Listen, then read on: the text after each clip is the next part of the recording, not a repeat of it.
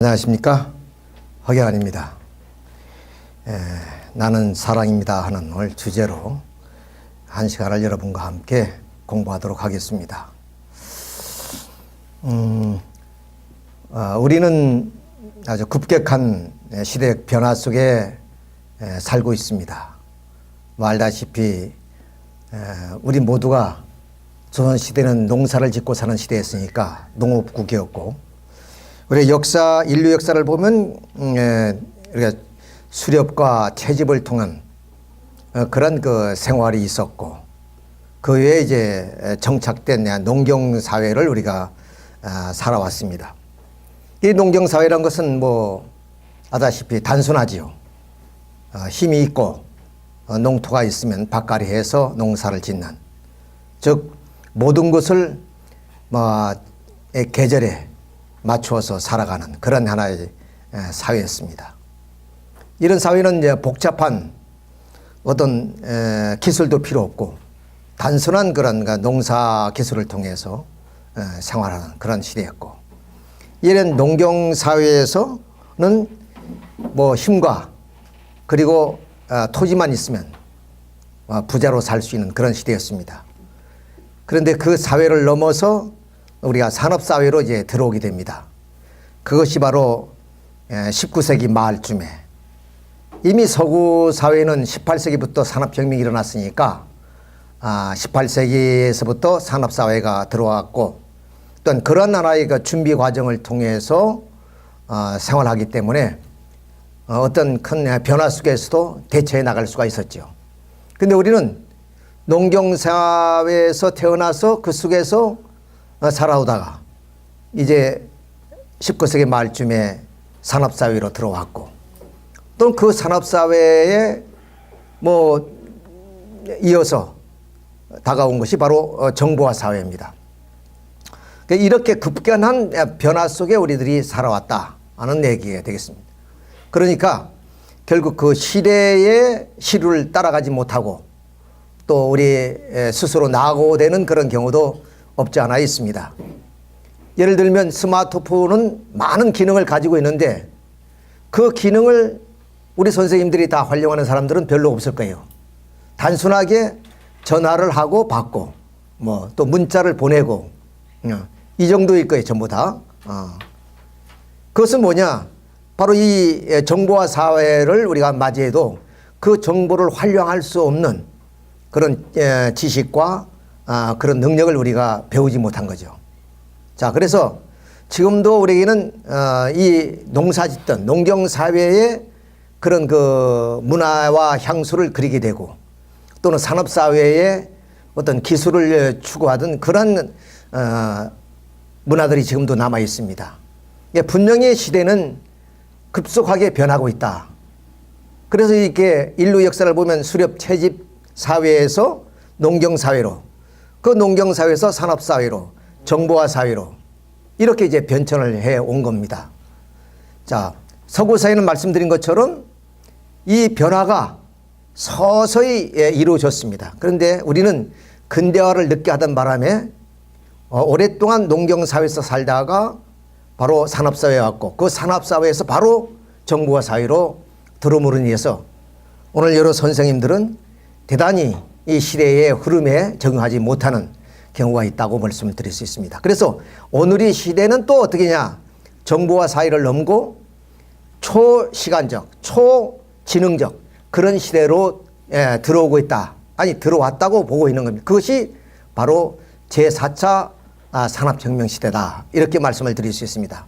그러니까 3D 프린팅, 드론, 가상현실, 그리고 인공지능, 또한 로봇, 이런 것들이 중심에서 최첨단 정보통신과 그리고 사물인터넷, 또 빅데이터, 또 모바일, 이런 최첨단 정보통신과 산업과 그리고 사회가 융합되는 그런 하나의 시대를 우리가 제4차 산업혁명 시대다, 이렇게 얘기를 합니다. 예를 들면은 여기에 이제 운전수 없이 이렇게 자동차가 운행이 되고 있는데 이것을 자율주행 자동차라고 그렇게 얘기합니다. 여러분이 보다시피 이 뒤에는 지금 바이크가 이제 따라가고 있는데 뒷 센서를 통해서 간격을 미리 다 설정이 되어집니다. 그리고 이런 중앙선이라든가 라인을 이렇게 모두 센서로 다 감지를 하고 앞에 있는 물체 그리고 속도 이런 것들이 다 감지가 되어서 스스로 알아서 운행하는 이런 하나의 자동차를 자율주행 자동차라 그럽니다. 그러니까 요새 뭐 대다수 사람들이 아파트 생활을 하는데 자동차를 아파트 지하 주차장까지 가서 물론 주차할 필요가 없습니다. 현관에서 딱 내리고 보당만 누르면은 스스로 자동차는 알아서 지하 주차장에 가서 주차를 하게 됩니다. 또 내가 차를 타기 위해서 지하까지 내려갈 필요 없이 현관에 나와서 차를 부르면 차가 내 앞까지 와서 나를 태우고 갈 수가 있습니다. 자, 그래서 지금 이분은 지금 주행하는 차를 타서 바로 잡지를 보고 있습니다. 이렇게 운전대를 잡고 좀 차를 움직여야 되는데 모든 것은 인공지능에 맡기고 그리고 이렇게 잡지를 보면서 가는 거예요. 참 이런 꿈 같은 좀 시설이 이렇게 우리 눈앞에서 실행되고 있다 하는 것을 우리가 실감하게 되는 겁니다. 역시 이분도 핸들을 잡지 않고 이렇게 잡지를 보고 있죠. 꿈 같은 현실이 이제 우리 앞에 이제 다가왔다. 이렇게 말씀을 드릴 수가 있습니다. 자, 사물 인터넷이란 것은 사물 간의 인터넷을 통해서 서로 작동하는 것을 말합니다. 그러니까 뭐 냉장고라든가 또는 우리가 밥을 짓는 솥이라든가 모든 것에 센서가 다 붙여 있어서 스마트폰을 가지고 내가 작동을 다 시킬 수 있죠. 그러니까 내가 몇 시에 집에 가서 밥을 먹고 싶다면 이미 집에 가면 밥이 다 돼 있고 이런 인터넷을 통해서 서로 사물 간에 이런 관계를 형성하는 것 이걸 우리가 사물 인터넷이라 이렇게 얘기합니다. 또 빅데이터 이것은 축적된 어떤 데이터를 통해서 연산이 벌어지는 거죠. 예를 들어서 2016년에 이세돌과 알파고가 바둑을 두었습니다. 누가 더 잘 두는가를. 그러니까 인공지능과 인간지능이 하나의 좀 격돌이었다가 볼 수 있죠. 아다시피 우리는 완패를 했습니다. 인공지능은 그동안에 데이터를 연산해서 이렇게 해서 바둑을 두어서 인공지능을 앞서게 되는 이유도 이런 빅데이터가 있기 때문에 그렇다는 것을 우리가 알 수 있습니다. 그러니까 과거는 주판을 가지고 우리가 계산을 했습니다. 또는 암산을 했고 그 후로 우리는 전자계산기를 통해서 계산을 했지만 지금 그거 가지고는 이런 엄청난 빅데이터를 다 계산해낼 수가 없지요. 그래서 이렇게 빅데이터 시대가 왔다. 이렇게 우리 인간이 인공지능이야말로 그야말로 좀 초지능적이고 초시간적 모든 것이 초월되는 그런 시대에 우리가 살고 있습니다. 자, 그러면 이런 시대가 도래했다고 해서 우리가 더 행복해질 수 있느냐? 우리가 직면하고 있는 우리 현실을 우리가 뒤돌아볼 때 과거 농경생활보다는 어떻게 보면 지금 이 시대가 더 인간의 소외감을 느끼는 그런 시대가 아닌가 그렇게 생각됩니다. 물론 우리의 물질적인 풍요로움은 이루 말할 수가 없지만은 그러나 그 물질이 가져다주는 어떤 행복감이 우리에게 완전한 행복을 주는 것은 아니다는 것을 우리 스스로가 다 느끼고 있는 현실입니다. 이제 멀지 않아 이런 제4차 산업혁명 시대가 활발히 진행이 되면 많은 직업들이 사라지게 됩니다. 그 첫째가 화물자동차 기사가 사라진다는 얘기입니다. 아까 말씀드린 것처럼 주행 자동차는 그야말로 그 센서에 의해서 움직이니까 사람이 운전하지 않도록 가듯이 화물자동차도 뭐 화물만 적재되면은 그야말로 목적지만 입력하면은 알아서 목적지까지 가게 되네요. 그러니까 화물자동차가 운전수가 그때 필요 없지요. 그 다음 이 군인들도 이제 국방을 지키기 위해서 생명을 걸고 싸울 필요가 없습니다. 대신 로봇가 다 그것을 대신할 수가 있고 의사도 심지어는 필요 없는 시대가 올 것이라고 얘기를 하고 있습니다. 지금도 뭐 우리가 인터넷을 통해서 진료를 하고 치료를 하고, 예, 그렇죠. 로봇 수술이 뭐 지금 또 실시가 되고 있고, 그런 현실들이 우리가 미래에 다가오는 그런 현실이 아니라 지금 실제로 그것이 이루어지고 있다. 지금 우리가 공무원이 되기 위해서 우리 젊은이들이 상당히 좀 밤낮을 가리지 않고 공부를 하고 있는데, 그런 공무원도 그런 그룹도 이제 없어질 수 있다는 얘기고, 그다음 경찰도 이런 것들이 대개 로봇으로 다 대체해 나갈 수 있고, 가사일도 그렇고 이미 뭐 공장에는 로봇가 대신하고 있습니다만, 그러니까 이로 인해서, 즉 인공지능으로 인해서 수많은 직업이 사라질 수 있다. 그럼 어떻게 되냐? 여기에 보면 이제 그 아마존 고라고 해서 여기는 무임 점포가 이제 세워지는 거예요. 예, 시작이 되었습니다만은 그 무인 점포도 어때요? 바로 이 자기 스마트폰에 앱을 깔아가지고 들어만 가면은 바로 카메라로 얼굴 인식을 하고 센서를 통해서 그런 딥 렌닝을 통해 가지고 모든 것이 이 물건을 내 바구니에 넣는 순간 계산이 다 되는 겁니다. 그러니까 계산하기 위해서 줄을 설 필요가 없어요. 이미 계산이 다 되어 있기 때문에 그대로 물건을 담고 나오기만 하면 돼요. 예. 그래서 이런 그 무인 점포가 앞으로 이제 많이 나오게 된다. 그런 의미에서 사람들이 가지고 있던 직업들이 사라진다는 얘기가 되겠습니다. 그러면 어떻게 되냐? 인간은 유유작작하게 바로 생활하면 돼요. 그냥 뭐 좀 휴가도 보내고 여행도 하고 그렇게 다니면 돼요. 물론 이제 우리 생활 대책이야 이제 또 다 세워지겠지만은, 그런데 문제는 어떠냐? 말씀드린 것처럼 이런 과학 문명이 첨단으로 발전해도 과연 우리가 그 행복이란 게, 만족이란 게 과연 이렇게 과학의 문명과 비례해서 올 수 있겠는가? 사람이란 건 그러잖아요. 우리가 노동을 하다가 며칠을 쉬면은 또 너무 쉬는 것도 지겨워서 일을 하고 싶은 그런 생각이 듭니다. 그러니까 사람이 놀고 산다는 것도 결국 행복한 일은 아닙니다. 그러니까 적당한 노동, 그것은 우리에게 필요한데 모든 직업이 다 로봇에게, 인공지능에게 빼앗겨 버리면 내가 할 일이 없겠죠. 자, 그러니 결론적인 말씀은 뭐냐? 과학 문명만이 우리 인간에게 행복을 가져다 줄 수는 없다. 그런 결론적인 말씀을 드리지 않을 수가 없습니다. 왜 그러냐면은, 자, 이 나무가 한 송이 있는데 이 나무가 성장하고 열매를 맺으려면 어떻게 하냐? 바로 이 비료라는 요소가 필요하죠. 이렇게 나무를 성장시키고 푸르게 만들고 열매를 맺히는 그러한 요소들이 있어야 될 거 아닙니까? 그것을 흔히 우리가 뭐냐면 3대 요소라 그러죠. 인산, 질소, 인산, 가리, 이렇게 이제 얘기를 합니다.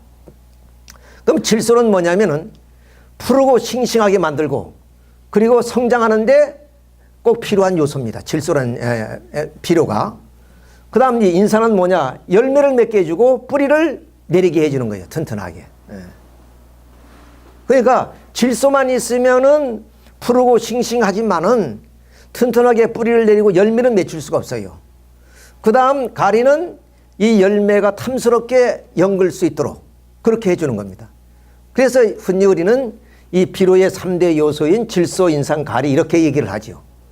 이렇게 3요소가 있어야만이 이 식물은 성장해서 열매를 맺힐 수가 있습니다.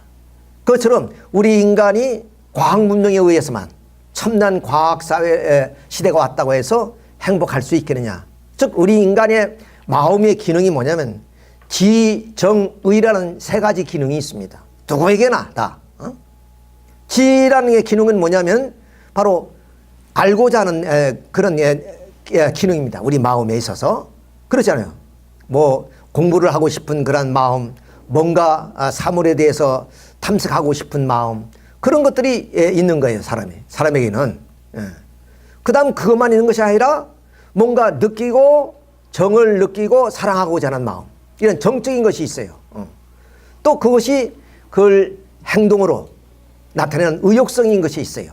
이렇게 우리의 마음속에는 지와 정과 의의 그런 그 3가지의 기능을 통해서 결국에 진리를 추구하게 되고, 그럼 아름다운 미를 추구하게 되고 그다음 이욕적인 그런 삶을 살고 싶어하는 그런 하나의 우리의 기능이 우리의 마음속에 있습니다. 이것을 우리가 진선미라는 하나의 가치로 나타나게 되죠. 그러니까 그 말은 뭐냐? 말씀드린 것처럼 이렇게 진리를 통해서 자연과학을 발달시켜 가지고 그것만 통해서 우리 인간이 행복하고 만족하고 그렇게 할 수가 없다는 얘기죠. 이 세 기능이 다 골고루 발휘가 돼 가지고 그 가치가 실현됐을 때 비로소 인간은 행복하다는 거예요. 그런데 지금 어떤 입장이냐? 우리의 어떤 좀 이런 미나 선의 그런 어떤 마음의 기능보다는 이 진리의 기능을 통해서 과학 문명이 발전해서 과학의 힘에 의해서 우리가 지금 이 과학 문명을 이루어 살고 있습니다. 그러니까 이 하나의 인간의 어떤 기능을 통해서 이루어진 과학 문명을 통해서 우리 인간의 행복을 다 심어줄 수는 없다는 거죠. 그런 의미에서 우리는 과학의 만능 시대는 아니다 하는 것을 여러분에게 말씀을 드릴 수 있습니다. 그래서 우리는 어떠냐, 이 세 기능인 지정의 기능이 골고루 기능을 발휘하고 그런 가치가 실현될 때 진정한 우리 인간의 행복이 올 수 있다 하는 그런 말씀을 드릴 수 있습니다. 자, 그래서 이 진리 욕구역은 결국에 오늘 과학의 문명을 이루어놨습니다. 그리고 이러한 정적인 기능에 의한 미의 욕구는 그것이 하나의 예술로 나타나게 되고, 그리고 이런 의욕성에 의해서 나타난 우리의 생활은 결국에 윤리, 도덕, 종교, 이런 우리 인간의 인간다움을 살아갈 수 있도록 해주는 그런 하나의 의욕성이 있죠. 그러니까 우리가 뭐 창조성이라든가 이런 것들이 다 어떤 의욕성에서 나오는 겁니다. 쉽게 말하면 노동도 하나의 창조성 아니겠습니까? 그러니까 그런 창조를 통해서 기쁨을 느끼고 보람을 느끼고 또 행복을 느끼게 되는 것이죠. 자, 이래서 우리 인간의 행복이란 것은 결국 이 물질적인 그런 과학 문명이 첨단을 달리고 있어서 행복할 수는 없다. 반면에 모든 것이 이 세 기능이 골고루 발휘될 때 비로소 그 가치가 실현돼서 우리 인간은 행복하게 살 수 있다는 말씀을 드릴 수가 있습니다. 자, 그래서 이제 오늘 이 말씀은 인문학에 대한 내용인데, 나는 누구인가 하는 질문을 많은 사람이 던지고 있어요. 그건 왜입니까? 과학 문명을 통해서만 우리가 행복해진다면 나는 누구인가라는 질문을 던질 필요 없고 나를 찾을 이유도 하나도 없습니다. 왜냐하면 풍요로운 물질, 우리가 그것을 향유하면서 살면 행복하지 않겠어요? 근데 사람들은 내가 누구인가는 이 물음을 우리는 끝없이 추구하고 있다는 거예요. 어떤 과학 문명보다는. 자, 그래서 2013년 9월 달에 플라톤 아카데미가 주최하고 경희대학이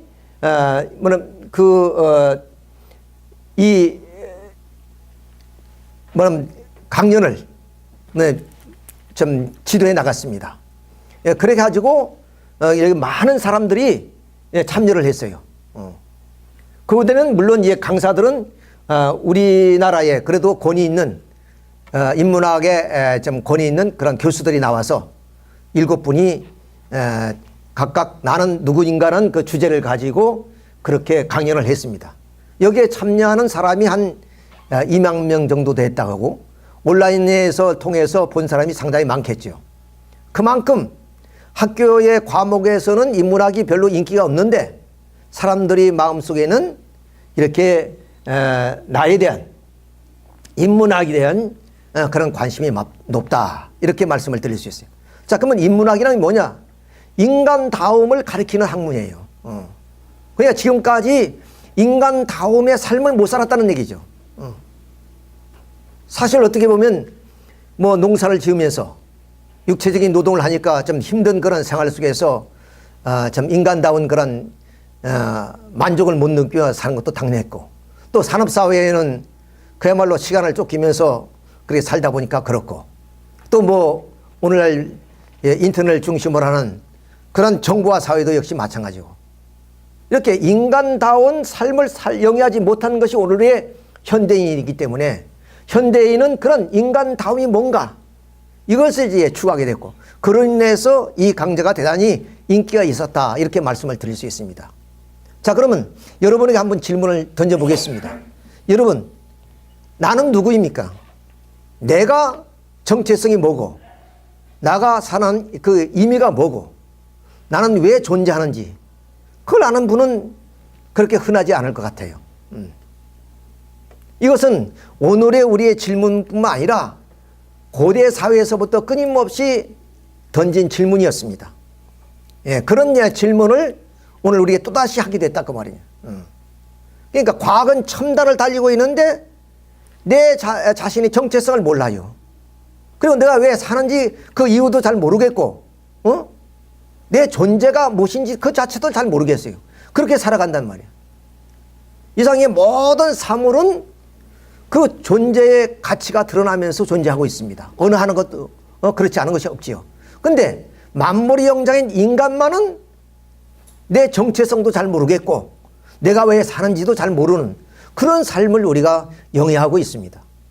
예를 들어서 이 불가에서는 부처님이 처음 깨달은 것이 뭐냐?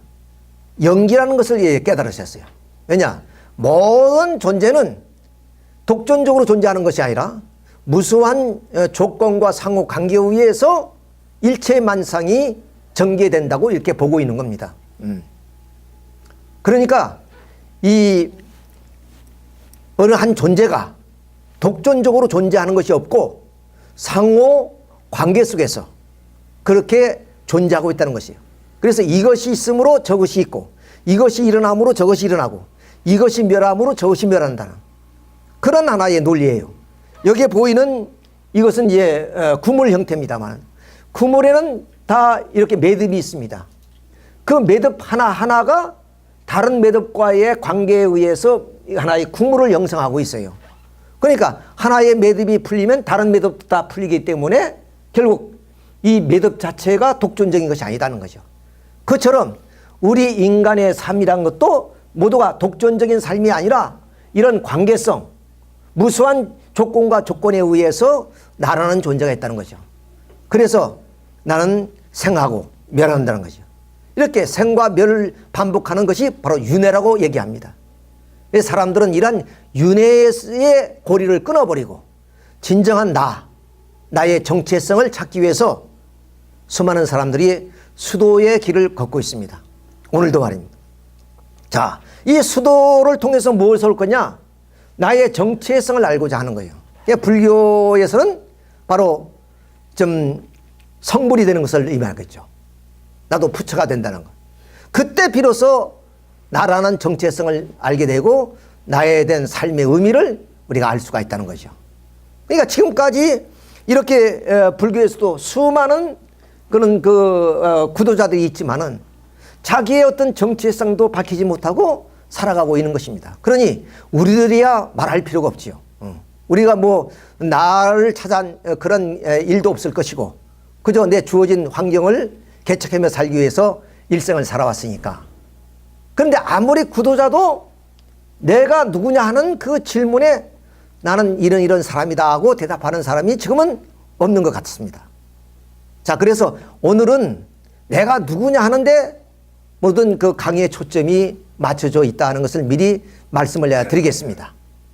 자, 우리가 흔히 우리 아기가 태어나면은 집안에 경사라고 하지요. 그래서 금줄을 치서 뭐는 불결을 한 것이 집안에 들어오지 않도록 그렇게 좀 조심하게 이렇게 그 탄생을 기리고 우리가 기뻐했습니다. 자, 그럼 인간의 탄생이 어떻게 해서 이루어지느냐?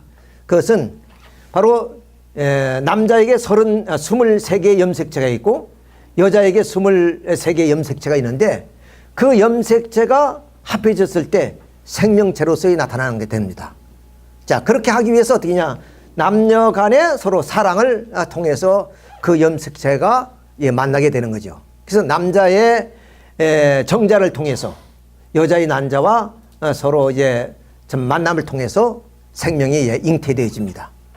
그럼 남자로부터는 이 사랑을 통해서 약 2억 마리 내지 3억 마리의 정자가 방출이 됩니다. 그래 그 이역마리 사막마리가 난자를 향해서 간다는 거예요. 여러분 여기에서 신비한 것을 하나 여러분들은 좀 생각해 볼 필요가 있습니다. 자, 정자가 어떻게 해서 난자가 있는 줄 알고 난자를 찾아가겠느냐 이게요. 그리고 그 난자를 어떻게 찾아가겠습니까? 뭐 이 정자가 눈이 있는 것도 아니고 냄새를 맡는 코도 있는 것도 아니고 그런 아주 미미한 존재인데 그런 의식이 있어서 난자를 찾아가는 거예요. 난자를 다른 데로 가는 것이 아니고 그런 그 생명의 신비함을 우리가 좀 이해할 필요가 있습니다. 자, 그런데 우리 몸에는 균이 많으니까 그 균으로부터 이 정자를 보호하기 위해서 산성벽이 쳐져 있습니다. 산성벽이. 그 산성벽을 뚫고 나오는 과정 속에서 이 정자들이 대다수가 다 소멸됩니다. 한 5천 마리 정도 남다 그래요. 그 5천 마리 정도가 난자를 향해서 가는데 거의 한 마리가 난자와 만남이 이루어지게 되죠. 그러면 그 서로 만나려고 갔던 그 정자들이 시기하고 질투하고 싸우고 그래서 가는 것이 아니라 서로 사랑하고 협조하면서 간다는 거예요. 그래서 한 마리가 이 난자하고 만나면 나머지 정자들은 산성벽으로부터 이들을 보호해 주기 위해서 벽을 쳐준다는 거예요. 벽을. 그러면 축복 속에서 그야말로 좀 생명체로서 탄생하기를 바라는 그런 마음. 그러니까 두 가지로 그 신비성을 말씀드릴 수 있는데 그 정자가 어떻게 해서 난자를 그렇게 찾아갈 수 있느냐. 그 난자를 찾아가는 그 시간이 보통 한 60분 정도, 80분 정도 걸린다 그래요. 그 시간을 통해서 끊임없이 난자를 향해서 가는 거예요. 그 다음 그 정자들은 이 난자와 정자가 만남을 축하해주고 그들을 산성벽으로부터 보호해주기 위해서 벽을 쳐주고 축복해주고 축하해주고 이렇게 해서 하나의 생명체가 이렇게 탄생되어 나오는 거예요. 그러니까 이 생명체는 오직 물론 사랑을 통해서 물론 축복을 통해서 탄생되는 그런 생명체이기 때문에 우리 가정에서 기뻐하지 않을 수 없고 또 좀 귀하게 생각하지 않을 수가 없다. 이렇게 말씀을 드릴 수 있습니다. 자, 그러면 이렇게 태어난 나는 많은 형제들의 경쟁을 뚫고 내가 태어났습니다. 내가 태어나기 전에 약 2억 마리 내지 3억 마리의 그런 형제들이 있었어요. 그걸 뚫고 내가 바로 좀 어머니 난자를 만나서 나라는 이 하나의 생명체로 탄생했다. 그런 하나의 기적이 있고요. 자, 그러면 내가 태어났으면 말씀드렸던 나 정체성이 뭐냐는 거예요. 나가 뭐냐? 내가 사는 의미가 뭐고 내가 왜 존재하는지 이걸 알아야 될 거 아니에요. 이걸 알고 사는 사람이 몇 사람이면 되겠습니까? 예를 들어서 이 시계는 바로 시계가 존재하는 목적이 있습니다. 시간을 가리키잖아요. 그런데 이 시계가 스스로 자기가 나는 이런 존재다 하고 해서 규정돼서 존재하는 것이 아닙니다. 이 시계를 만든 사람에 의해서 이 시계에게 기능을 주었고 목적을 주었습니다. 그러니까 이 시계는 결과물이에요. 그러니까 어떤 원인과 동기에 의해서 이 시계가 만들어졌기 때문에 이 시계의 기능과 목적은 모두가 그 동기에 의해서 주어졌다. 이렇게 말씀을 드릴 수 있어요. 마찬가지로 나라는 존재도 어머니가 나를 낳아줬어요. 그러니까 나는 결과적 존재고 원인 되시는 어머니십니다. 아버지십니다. 근데 그걸 소급하게 되면 어떻게 되냐? 우리는 신이라고 이렇게 말씀을 드릴 수 있죠. 자, 그러니까 결국 인생의 목적이 뭐냐? 이것을 모르고 우리는 살고 있습니다. 그러니까 아까 말씀드렸던 첨단 과학의 사회. 그것이 목적이 아니거든요. 그것은 우리의 삶을 편하게 해주는 하나의 내용일 뿐 그것이 목적일 수는 없습니다. 왜냐하면 그것이 목적이라면 첨단 그 문명의 이기를 우리가 누리면 행복해야 돼요. 근데 그 첨단 그 문명의 이기를 우리가 누리면서도 뭔가 마음의 한구석에는 허전함이 있고 그리움이 있고 소외감이 나오게 되고 그 어떻게 보면 농경사회에 정이 넘치는 그런 이웃과 서로 나누던 그 시대가 더 그리워지는 경우가 뭡니까? 그것은 오늘의 모든 물질 문명이 우리의 삶의 목적이 아니다. 그것은 우리에게 과정 속에서 삶의 편안함을 추구해 줄 뿐이지 그건 목적이 아니라는 거예요. 그러니까 분명히 우리에게는 목적이 있다는 거죠. 인생의 목적. 이걸 알 수가 없어요. 왜? 나는 결과적 존재이기 때문에. 자, 그래서 이 인생의 목적을 알려면 마침 시계의 목적은 시계를 만든 사람의 동기에 의해서 주어지듯이 우리 인간이 태어나게 된 동기를 우리가 알면 돼요. 그것이 바로 뭐냐면 하나님의 창조라, 이렇게 말씀을 드릴 수밖에 없습니다. 자, 그러면 이 창조라는 얘기, 즉 뭐냐면 신이란 얘기, 하나님이란 얘기를 하면은 아주 부정적으로 보는 분들은 없잖아 있습니다. 자, 그러면 창조론이나 뭐 하나님이나 신이란 좀 어떤 초월적인 존재를 우리가 부정한다면은, 그러면 찰스 다윈이 주장했던 진화론을 우리가 신뢰할 수밖에 없어요. 그럼 진화론을 우리가 신뢰하게 되면은 미물에서부터 이렇게 진화가 되어서 결국에 좀 원숭이가 되었고, 그 원숭이 같은 비슷한 유인원에 의해서 우리 인간이 탄생했다고 보는 것이 진화론의 입장입니다. 그러면 신을 부정하는 입장에서를 우리가 보면은, 진화론 입장에 보면 우리의 침팬지나 원숭이가 우리 조상이에요. 그러잖아요. 그럼 이것을 인정해야 된다고요. 자, 신을 인정하지 않는다면은 우리는 원숭이가 우리 조상이고 원숭이가 우리의 원인적인 존재다, 이렇게 봐야 돼요. 그러면 원숭이가 우리의 인생의 목적이 되는, 목적을 부여해 준 거예요. 근데 이걸 누가 믿을 사람 누가 있겠어요? 그런데 아이러니하게도 많은 사람들이 이 진화를 추종한단 말이에요. 공산주의가 결국 이런 그 진화론에 의해서 탄생했다고 봐입니다. 그러니까 칼 마르쿠스가 찰스 다윈에게 뭐냐면 아주 칭송하는 얘기를 합니다. 그것은 칼 마르쿠스가 이 찰스 다윈의 이론을 통해서 결국 이 유물 사상을 만들었다는 얘기가 되겠어요. 그러니까 오늘의 모든 공산주의자들은 신을 부정하는데 그 대신은야, 인간의 그런 인생의 목적은 원숭이로부터 주어졌다, 이렇게 봐야 되네요. 그러니까 원숭이의 모든 성품을 닮아가고 원숭이의 기능을 닮아는 우리 존재라는 것이요. 이렇게 봐야 되는 거예요. 근데 그걸 싫어해 다.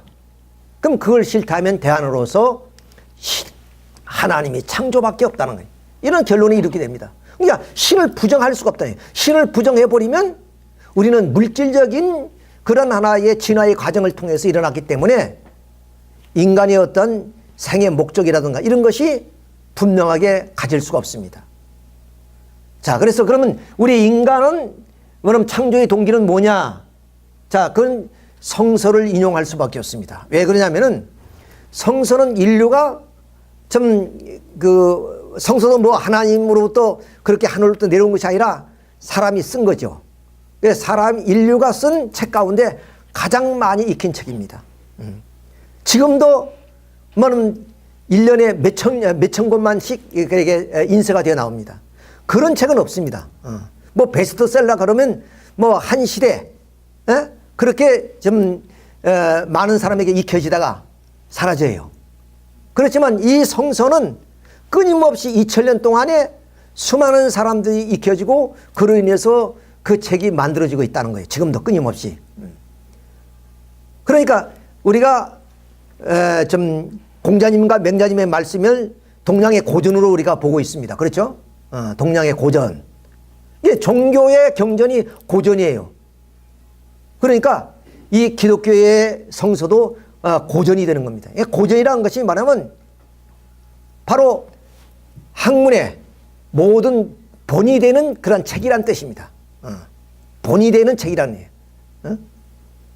자, 그런 의미에서 우리는 이 성서를 바라보게 되고, 그런 성서의 내용을 통해서 봤을 때 하나님의 창조의 동기가 무엇이라는 것을 우리가 쉽게 이해를 할 수 있습니다.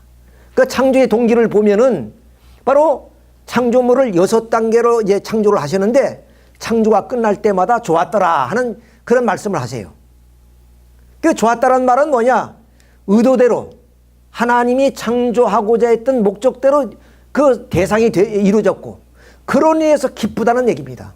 그렇죠. 우리도 어떤 그 목적을 두고 사물을 이제 우리가 좀 창작했을 때, 그 창작물이 나의 의도대로 됐을 때는 기쁘잖아요. 그런 것처럼 하나님이 창조한 그 모든 만물만상 그리고 인간 이 존재가 창조가 끝날 때마다 뭐냐면 좋았더라, 기뻤다 그 말입니다. 그러니까 결국 하나님이 우리 인간을 창조하신 목적은 바로 기쁘고자 하는 심정이 동기였다, 이런 추리를 해볼 수가 있습니다. 예를 들면 어떤 사람이 기쁨을 어디서 그 대상으로부터 자구로 말미암아 기쁨을 느끼는 거지 혼자는 기쁠 수가 없어요. 반드시 기쁨이 대상이 있어야 됩니다. 자기의 어떤 취미 생활이라든가 또 자기가 사랑하는 자녀가 있다든가 사랑하는 여인이 있다든가 이런 대상이 있을 때 기쁨을 느껴요. 작가의 기쁨은 작가의 그런 작품을 통해서 오는 자극으로 말미암아 기쁨을 느끼는 것처럼 하나님도 바로 이런 기쁨을 느끼고자 하는 분이기 때문에 그 대상을 통해서 오는 자극으로 말미암아 기쁨을 느낀단 말이에요. 그래서 우리는 하나님을 사랑의 하나님 이렇게 얘기합니다. 왜? 우리 인간처럼 그런 기쁨을 느끼고자 하시는 심정적 존재이기 때문에 그렇습니다. 자, 그러면 하나님이 어떻게 창조를 했냐? 그냥 어떤 기쁨의 동기에 의해서 창조는 시작이 되었지만 창조하기 위해서는 반드시 무엇이 필요하냐? 태초에 말씀이 계시니라. 이 말씀이 하나님과 함께 계셨고 만물이 그로 말미암아 지은 바 되었으니 모든 것이 그로 말미암아 지으지 않은 것이 하나도 없다 하신 말씀처럼 바로 그 하나님의 말씀이 있었다고 해요. 그 말씀으로 창조 역사를 합니다. 즉 동기는 사랑의 동기가 되어서 말씀으로 창조 역사가 이루어졌다 그 말입니다. 예를 들면 우리가 집을 지는데 그냥 집을 갖고 싶다, 이 하나의 동기에 의해서만 집이 지어지는 거 아니잖아요. 거기에는 설계도가 있어야 됩니다. 또 재료가 다 있어야 돼요. 이렇게 해서 창조가 이루어지는 겁니다. 집에 한 채를 건축하는데도 그것처럼 이 우주 만상을 창조하는데 심정이 동기가 되어서 말씀을 가지고 창조하셨다. 그러니까 하나님은 사랑의 하나님이시며 그리고 진리의 하나님이시고 그리고 창조인 능력의 하나님이시다. 그래서 오늘 기독교에서는 사랑의 하나님, 진리의 하나님, 능력의 하나님, 이런 이유가 바로 하나님 자체 내에 이러한 심정, 사랑과 그리고 진리인 말씀과 창조성을 가지고 있기 때문에 그렇다는 것을 알 수 있습니다. 자, 그래서 우리 창세기 1장 27절을 보면 하나님의 형상대로 일남일녀를 지었다 그랬습니다. 그러니까 하나님에게는 하나님 아버지만 있는 것이 아니라 사실은 하나님 어머니도 있다 이렇게 볼 수 있어요. 왜? 그 하나님의 창조된 남자와 여자가 있는 것을 봤을 때 그러면 하나님을 형상대로 하나님을 닮았다는 거예요. 형상대로라는 것은. 그렇게 해서 우리가 창조되었다. 그러니까 우리 인간은 어떤 존재야? 하나님의 목적대로 하나님의 기쁨이 대상이 될 수 있는 선의 존재. 그런 존재가 되어서 하나님을 기쁘게 해드리는 심정적 존재가 된단 말이야. 그러니까 나라는 존재는 사랑하고 기뻐하며 행복하고자 하는 정적인 존재입니다. 나는.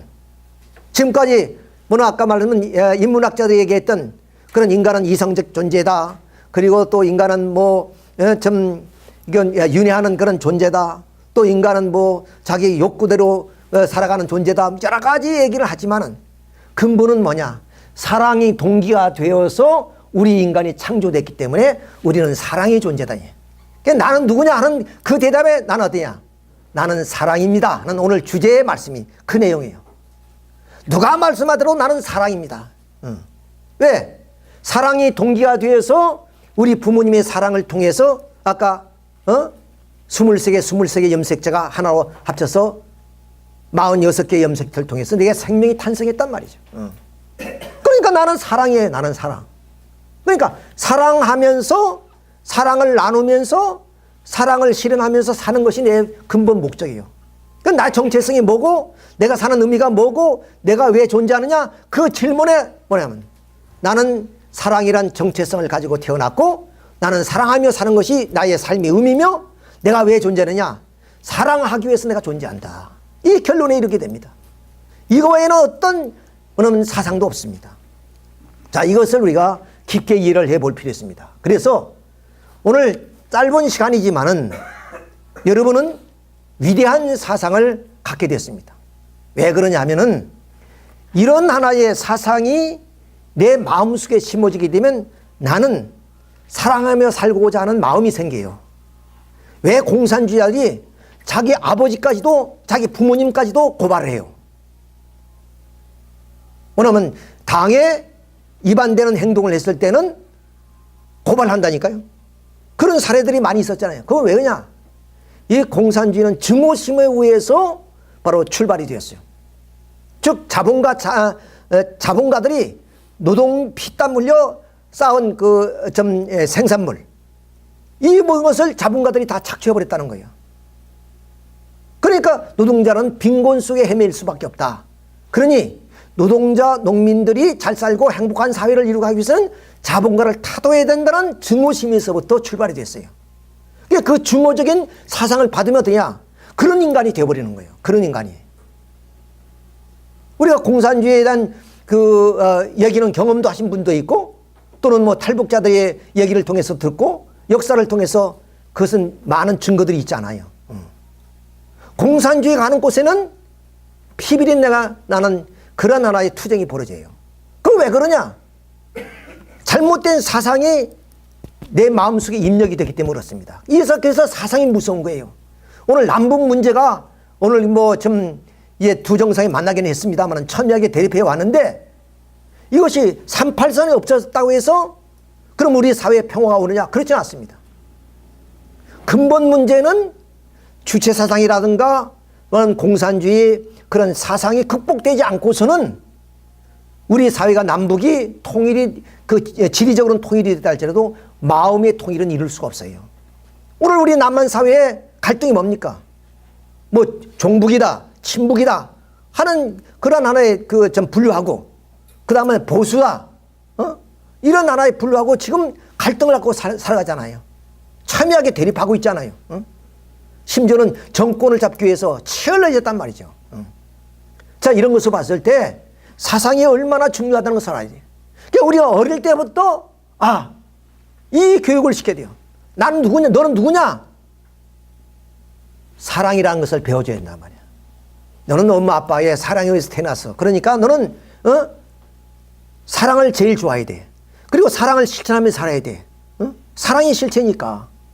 이것을 어릴 때부터 우리가 가르쳐줘야 되는데, 이런 사상을 지금까지 몰랐단 말이에요. 이거 문선명 선생님이 이렇게 밝힌 사상이에요. 자, 이런 입장에서 우리가 이 정의를 이렇게 우리가 내려보입니다. 나는 사랑하고 기뻐하며 행복하고자 하는 정적인 존재다. 이거 간단해요. 외울 수 있죠? 요거만 읽고 다니면 돼요. 당신 누굽니까? 허경환입니다. 그것은 70억 인류 가운데 얼굴이 비슷비슷하니까 분류하기 위해서 이름을 지어놓은 것이지, 나는 사랑이란 말이에요. 사랑. 이거 시계입니다. 이거 시계. 왜? 시간을 가리키니까. 근데 이 시계가 뭐냐면 어디서 만들어졌느냐? 한 브랜드가 여기 주어지는 거죠. 그건 스위스 어느 상품이다. 이건 구별을 하기 위한 것이고, 그의 목적은 동일하단 말이에요. 시간을 가리키는 거니까. 자, 그러니까 나는 사랑하고 기뻐하며 행복하고자 하는 정적인 존재입니다. 요거 아침 일어나서 좀 외웠고, 저녁에 할 때도 내가 사랑하고 기뻐하고 행복하고자 하는 정적인 존재니까 내가 사랑을 많이 했나 오늘? 내가 누구를 사랑했지? 내가 또 누구를 만나서 내가 기뻐하고 행복했지? 이러면서 살아야 되는 거예요. 여기에 계신 모든 선생님들은 이제 앞으로 이런 미안한 말씀입니다만 30년 안에는 우리 다 연계에 갈 분들 아니 계세요. 그러면 살아온 인생보다 앞으로 살 인생이 짧다는 얘기예요. 그럼 살아온 인생은 몰라서 우리는 그 물질을 구하기 위해서 내 생애를 다 투입해서 살아왔다면, 이제부터는 어떠냐?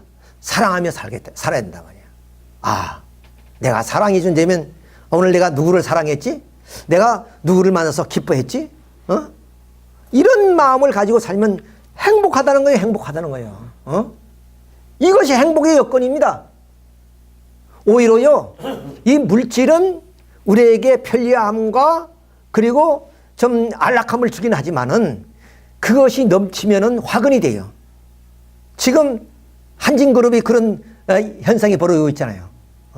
부인이 그렇고 딸들이 그렇고 물질이 많으면 교만해지게 되어 있습니다. 그건 누구든지. 그러니까 그것이 오히려 화근이 되고 있다. 나를 파멸로 이끌어가는 그런 내용도 될 수 있다. 그래 너무 물질을 사랑하면 안 되네. 적당히 사랑해야지. 뭘 사랑하느냐? 나를 사랑해야 돼. 나는 사랑하고 기뻐하고 행복하고자 하는 정적인 존재다. 이거 얼마나 못 있는 얘기요. 이거 꼭 외우시기 바랍니다. 자, 여러분 한번 해봅시다. 자, 시작. 나는 사랑하고 기뻐하며 행복하고자 하는 정적인 존재다. 이게 정의. 우리 어머니 아버지가 배우지도 못하고, 그리고 뭐 좀 사회에서 무슨 큰 공직도 뭐냐면 명예도 없고 그렇게 일만 하시던 분이지만 어머니 아버지 이름을 부르면 눈물이 찡하잖아요. 그건 왜 그러냐? 어머니 아버지가 정덩어리이기 때문에 그렇습니다. 정덩어리이기 때문에. 내가 요번에 어떤 은퇴하신 분을 만났어요. 어떤 직장인지는 모르지만 아주 고위직에 있었다 그러더라고. 근데 은퇴한 지 몇 개월 안 되는데 소외감을 느끼고 있어요. 그러더라고. 그 자리에 있을 때는 나도 고위직에 있었는데 부하들도 많이 있었고 내가 그 부하를 많이 거느리고 있었습니다. 그런 권위의식이 있었단 말이죠. 그런데 세상에 나와 보니까 그 권위도 다 사라지고 그래서 이제 외로움을 느끼게 되는 거예요. 그 지금까지 그 조직 속에 살리고 있던 관계는 정적인 관계가 아니다는 거예요. 내가 생활수단으로서 그 조직 속에 들어가서 살았던 것 뿐이다. 좀 그 조직의 메커니즘에 의해서. 그러나 우리 부모는 어떻게 하냐? 나를 당신이 희생하면서 사랑해 줬단 말이야. 그런 정을 나에게 듬뿍듬뿍 심어줬어. 그러니까 어머니 얘기가 나면 눈물이 나고 아버지 얘기를 하면 좀 불효했다는 마음이 생겨서 눈물이 난단 말이야. 다 그러잖아요. 다 그렇게. 그 왜? 정적인 존재이기 때문에 그렇습니다. 그러니까 부모한테만 그런 사이는 나가 내 친구한테도 그렇고 내 이웃한테도 그렇고 내 자식한테도 정적인 존재로 내가 살아야 된단 말이야. 그러면 모두가 다 나를 통해서 기뻐하고 행복해진다. 이것이 나의 모습이다 하는 정의를 여기서 이제 내리게 됐습니다. 자, 그러니까 하나님은 이런 정적인 존재를 통해서 기뻐하고 행복한단 말이에요. 현대 과학은 아무리 첨단을 달린다 할지라도 보리씨앗 하나를 만들어내지 못합니다. 생명을 만들어내지 못한단 말이야. 우주 공간을 유영하고, 오늘 말하면 요즘은 제4차 산업혁명을 통해 가지고 그야말로 시공간을 초월하고, 초지능적인 그런 하나의 알파고와 같은 그런 인공지능이 나오더라도 결국에 이런 생명 하나를 탄생하지 못합니다. 그 생명은 반드시 어디에 나오느냐? 사랑을 통해서 생명이 나올 수밖에 없어요. 사랑을 통해서. 그러니까 우리 아기가 태어난 것도 어머니 아버지의 사랑에 의해서 태어난 거야. 사랑만이 생명에 탄생시킬 수 있습니다. 그래서 사랑은 생명의 근본이고 행복과 이상의 요소이다. 그런데 우리는 사랑으로 태어나서 사랑이 실체가 되니까 우리는 기쁘고 행복하고 영원한 존재가 되는 거예요. 이 이상 더 기쁜 일이 어디 있어요? 자, 이런 의미에서 우리는 이런 생명의 탄생이 얼마나 참 귀하다 하는 것을 우리가 여기서 느낄 수가 있습니다. 그래서 우리 인간의 구조는 마음과 몸으로 되는데 몸은 꼴이고 마음은 기능이죠. 어떤 능력 아닙니까? 인간이 인간답게 살아갈 수 있는 능력, 문명과 문화를 이루어서 살 수 있는 어떤 기능, 이것이 우리 마음이에요. 근데 이 유학에서는, 성리학에서는 인간의 본성을 본연지성이라 그래요. 본연지성. 이 본연지성이라는 글자를 우리가 이렇게 해석해 보면 이 우리의 마음, 우리의 성품이 어디서 왔어요? 본연의 마음에서 왔다. 본연의 마음. 본연의 마음이야.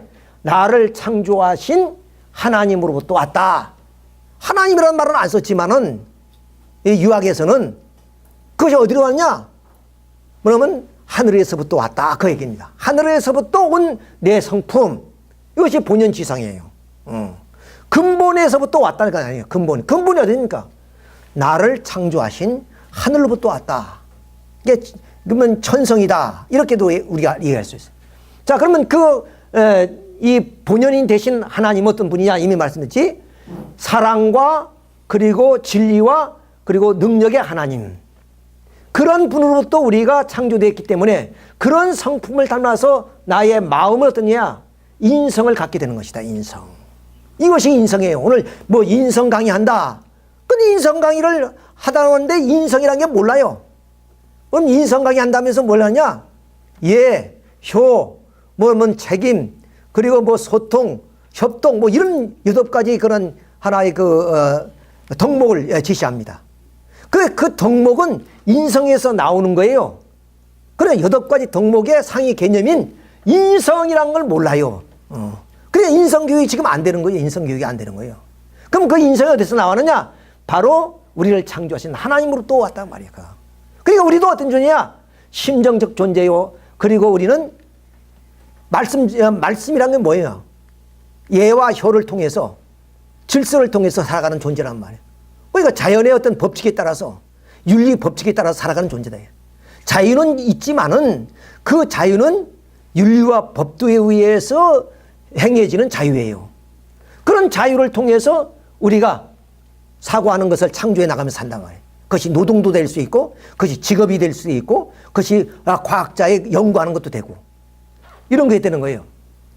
자, 그러니까 우리 인간은 바로 이미 말씀드렸지 사랑하고 기뻐하고 행복하고자 하는 정적인 존재다. 그 정을 나눌 때만이 우리 인간은 행복해요. 이 정이 없을 때마다 사랑이 없을 때는 우리 인간은 아무리 외적으로 화려하더라도 인간은 외롭고 그리고 좀 공고함을 느끼지 않을 수가 없어요. 그래서 현대인들은 어디냐? 이런 물질의 풍요로움 속에서 고독을 느끼고 물질의 풍요로움 속에서 어떤 좀 정이 그리워서 그것을 갈급한단 말이야. 자, 그런 의미에서 우리 인성이란 것을 우리가 다시 한번 인식을 해야 돼요. 자, 그래서 이런 인식이 어때냐? 인성이 가치를 만들어내는 겁니다. 우리의 삶을 통해서 그럼 즐겁고 행복하고 이런 것들이 다 만들어지는 거란 말이야. 자, 그 가치 가운데 우리가 가치라면 진선미라는 가치로 나타납니다.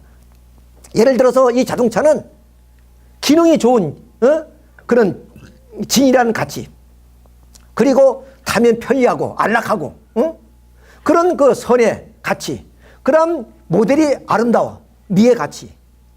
그러니까 모든 것은 반드시 가치로 실현될 때는 이 3가지 가치로 나타나야 됩니다. 가치로 나타나요.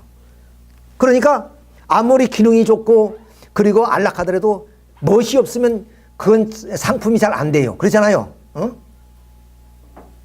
미국에서 일본 자동차가 많이 팔린 이유가 뭐냐? 미국 사람들은 워낙 땅이 넓으니까 AS가 잘 안 돼요. 그냥 웬만하면 버리지. 그 외에 AS를 받으려면 그보다 더 힘이 들어요. 그냥 튼튼하게 만들 수밖에 없어요. 자동차든 전기 제품이든 뭐 모든 것이 다 그렇습니다. 그러니까 튼튼하게 만들다 보니까 규모도 커지고 멋도 없어요. 근데 일본 사람들은 축소지향적이야. 그 사람들이. 문화는. 그러니까 작으면서도 그야말로 기능이 있는 그런 제품을 만들거든. 그러다 보니까 그냥 미적인 요소가 더 드러나요. 그래서 일본의 뭐 도요타라든가 이런 차들이 잘 팔리는 이유가 거기 있어요. 그것처럼 반드시 이러한 진선미의 가치가 드러나야 된다. 우리 인간의 삶도 그래요. 우리는 내가 뭐 과학자가 되고 내가 뭐 수학자가 되고 내가 뭐 어느 대학 나와서 머리가 좋고 그거 나쁜 거 아니에요. 그건 진이에요. 그건 진리를 추구하는 그런. 그 대신 내가 뭐냐면 도의적이고 윤리적인 삶을 살아야 돼요. 뭐 결혼했는데도 외도하고 또 뭐 좀 나쁜 행동 다 하고 그래서는 안 된다는 거예요. 그 대신 뭐냐? 내 인품도 뭐는 내 모습도 아름다워야 돼요. 대학 시험도 좀 깎고 그렇게 좀 정장도 하고 그래서 남에게 기쁨을 줄 수 있어야 돼요. 미라는 거에. 그런 하나의 가치로 드러날 때 어디냐? 우리 사회가 이런 정이 흐르는 심정 문화가 흐르는 겁니다. 심정 문화가 흐르요. 그래서 이런 정적인 문화, 이런 그 심정 문화가 있는데 왜 심정 문화가 되냐? 원래 우리 인간은 심정적 존재이기 때문에 심정이 뭉쳐서 사는 그 사회는 어때야? 심정 문화가 이루는 거죠. 그러니까 옛날 우리 농경 사회에서 이웃하고 함께 제사밥도 나눠 먹는 그런 시대. 지금은 제사밥 주면 다 버리죠. 불길하다고. 먹는 그런 분들 없어요. 그냥 주지도 않고 받지도 않습니다. 그 이웃 간에 벽 하나 놓고 누가 와서 사는지도 몰라요. 이런 상박한 삶을 사는 것이 뭐냐? 바로 우리의 사랑이라는 것을 모르기 때문에 그렇습니다. 그래서 물론 우리가 그 사랑을 통해서 볼 땐 참 사랑이 넘치는 사람, 예를 들어서 부모 형제를 만나면 기쁘고 그 이유가 다 어디에 있어요? 사랑이 존재이기 때문에 그렇습니다. 그래서 우리가 부를 때도 사랑하는 우리 부모님, 그렇죠? 사랑하는 내 형제, 사랑하는 내 아내, 사랑하는 내 남편, 사랑하는 내 아들, 반드시 거기에 뭐냐면 사랑이란 말이 붙어요. 사랑이란 말이. 그거 왜 그러냐? 사랑이 존재이기 때문에 그렇습니다. 사랑이 존재. 그 사랑이 없으면 뭐 아버지, 어머니 뭐 이렇게 얘기할 거 아니에요. 근데 아버지, 어머니보다 사랑하는 우리 아버지, 사랑하는 우리 어머니 하면 얼마나 정감성이 있어요. 그렇죠? 그 이유가 뭐예요? 바로 우리는 사랑이 존재이기 때문에 그렇다. 이걸 잊어서는 안 돼. 지금까지 내가 2년, 3년 강의를 하고 있는데 가장 매력적인 강의가 이 강의예요. 그래서 지금 두 번째 이 강의하는 거예요. 왜? 사회적인 문제, 역사적인 문제, 뭐 한반도의 어떤 그 안보적인 문제는 시간이 흐르면 다 흘러가는 거예요. 그건. 우리가 역사를 다시 한번 되돌아보고 그것을 교훈으로 삼고자 하는 것이 지나지 않지만은 이거는 우리의 근본을 가리키는 그런 하나의 교육이란 말이야. 그런데 이 교육을 많은 사람에게 시켜야 되는데 많이 안 와. 또 오시는 분들이 다 나이 드신 분들만 오니까 이런 우리 좀 선생님 같은 분들이 나쁜 일을 하겠어요, 어디? 젊은 사람들이 와서 학교에서, 그래서 이제 울산 쪽에서 이제 우리 그 학교에 이런 교육을 시키는 그런 어떤 계기가 지금 마련되고 있습니다. 학생들에게. 근데 학생들이 초등학생은 너무 어리고 중고등학생 정도면 좋겠다는 생각이 듭니다. 아무튼 이렇게 우리의 어떤 정체성, 우리의 그 삶의 의미를 이렇게 밝혀봤습니다.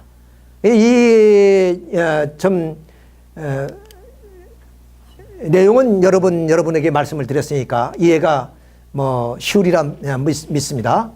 이렇게 우리 인간의 그 마음의 그 핵심이 심정이니까 마음의 기능이 지정의 기능이다. 그 지기능은 진리를 추구하는 마음, 그런 아름다움을 추구하고 그런 어떤 의욕성, 이런 그 진선미 가치로 나타나고 그 지는 학문인 과학이나 학문을 추구하게 되고 미는 예술을 추구하고 그리고 선은 윤리를 추구함으로써 결국 문화를 이뤄 나가죠. 자, 그래서 그 문화의 종류를 보면 이렇게 우리가 우리 사회에 필요한 그런 그 문화들이 나타나게 됩니다. 이것이 우리 사회.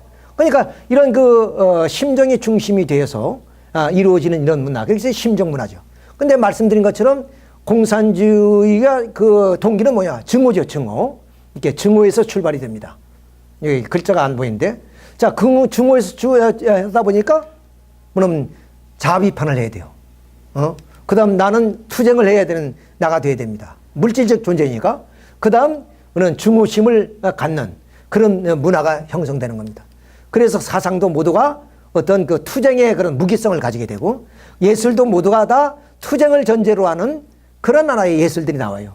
그리고 우리 그 좀 윤리란 게 없죠, 그 사회는. 그러니까 결국 이웃을 감시하고 그리고 이웃을 이제 그 선동하고 선전하고 책동하고 막 이런 하나의 좀 문화들이 이제 꽃을 피우게 된다. 이렇게 이제 볼 수가 있습니다. 그래서 얼마나 우리 인간이 그런 그 심정이 동기가 되어서 태어났다는 것이 우리가 최고의 어떤 행복이다. 이렇게 볼 수가 있습니다.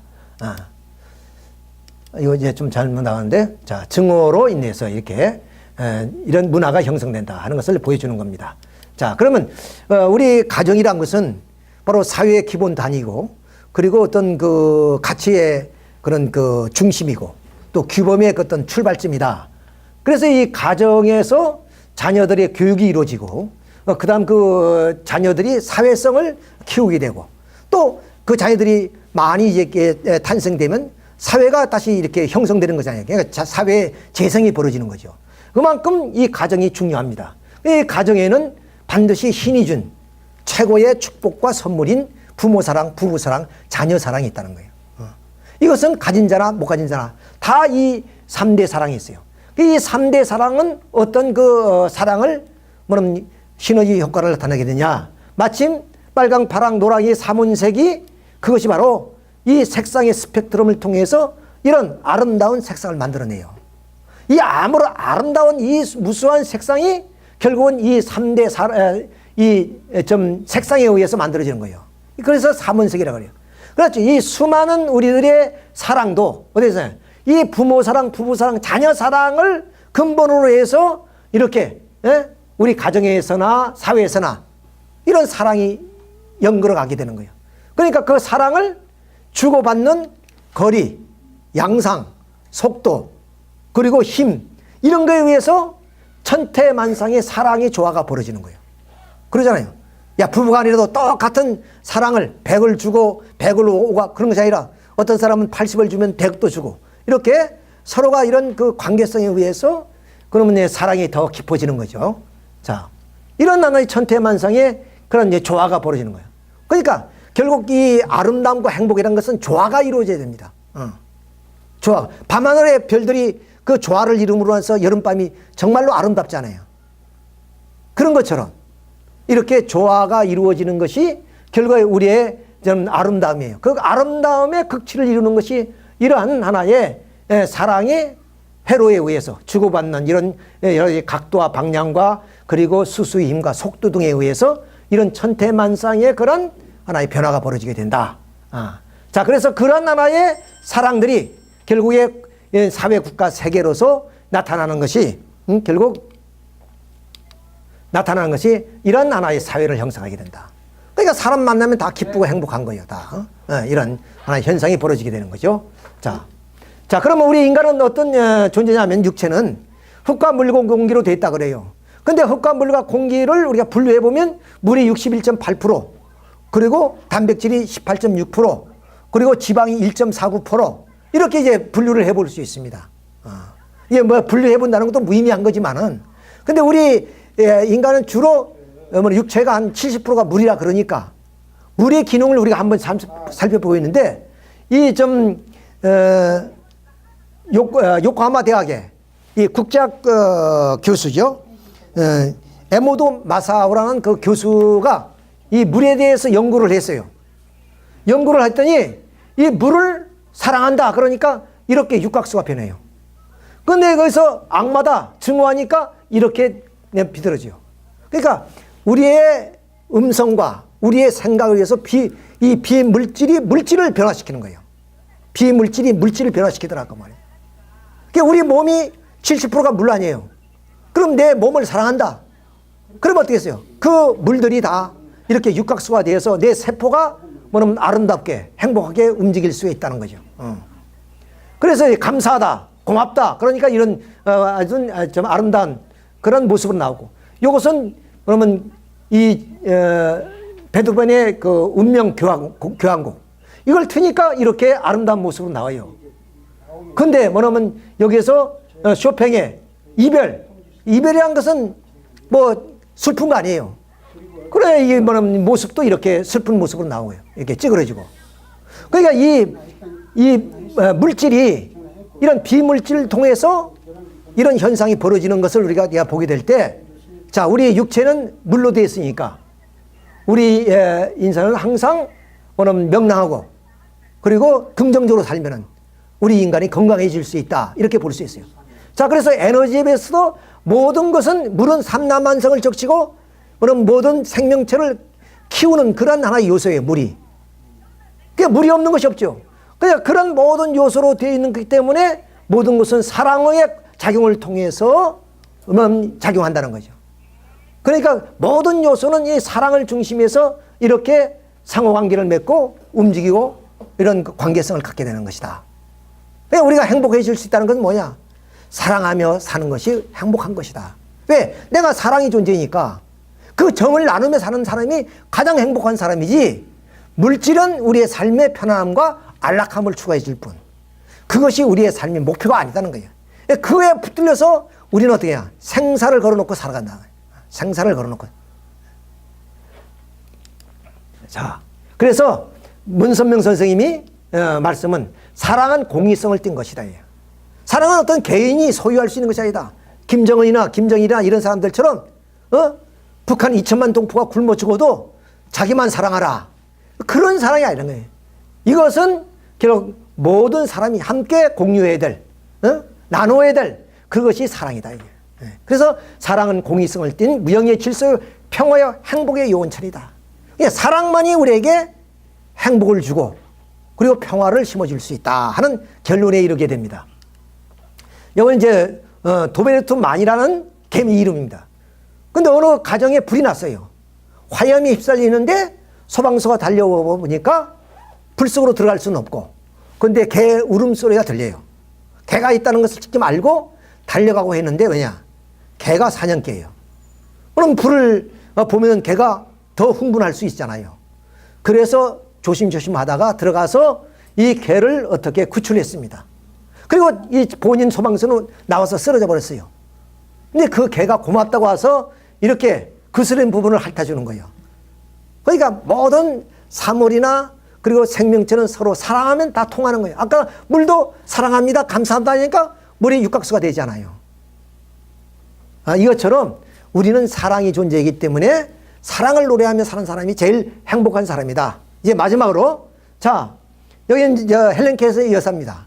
19세기에 참 눈도 멀고 입도 좀 말도 못하고 귀도 먼 그런 분인데 참 좀 타고난 그런 하나의 좀 삼중고를 가진 분이시고 얼마나 비참한 인생을 살았겠습니까? 근데 이분의 삶은 비참한 것이 아니라 모든 사람이 축하해주고 기뻐해주고 장하다고 우리가 칭찬해주고 성공한 삶이에요. 근데 이 사람이 이렇게 좀 성공할 수 있었던 것은 설리반 선생의 덕분이긴 하지만은 이분이 인내심도 있었겠죠. 근데 이분이 하나님께 기도를 했습니다. 나에게 3일 만에 눈을 뜰 수 있도록 해달라고 간절하게 기도를 했어요. 그 외에 첫 번 나가 3일째 눈을 뜬다면 첫째 날은 설리반 선생을 보고 싶다. 나를 이렇게 좀 키워주신 설리반 선생을. 두 번째는 뭐냐?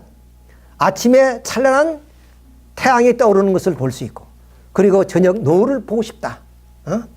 그런 것이고 셋째는 많은 사람이 열심히 출근하고 퇴근하는 그 도시의 모습을 보고 싶다.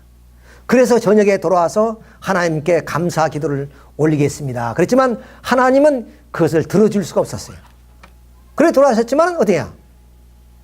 사람이란 것이 좀 인간의 사랑이란 것을 느꼈기 때문에 이 사람은 행복하게 살았어요. 보고 듣고 말을 하지 못한 분이지만은 그러나 행복한 삶을 살았다 하는 그런 말씀을 드리면서 오늘 강의를 마치도록 하겠습니다. 여러분 수고하셨습니다. 네.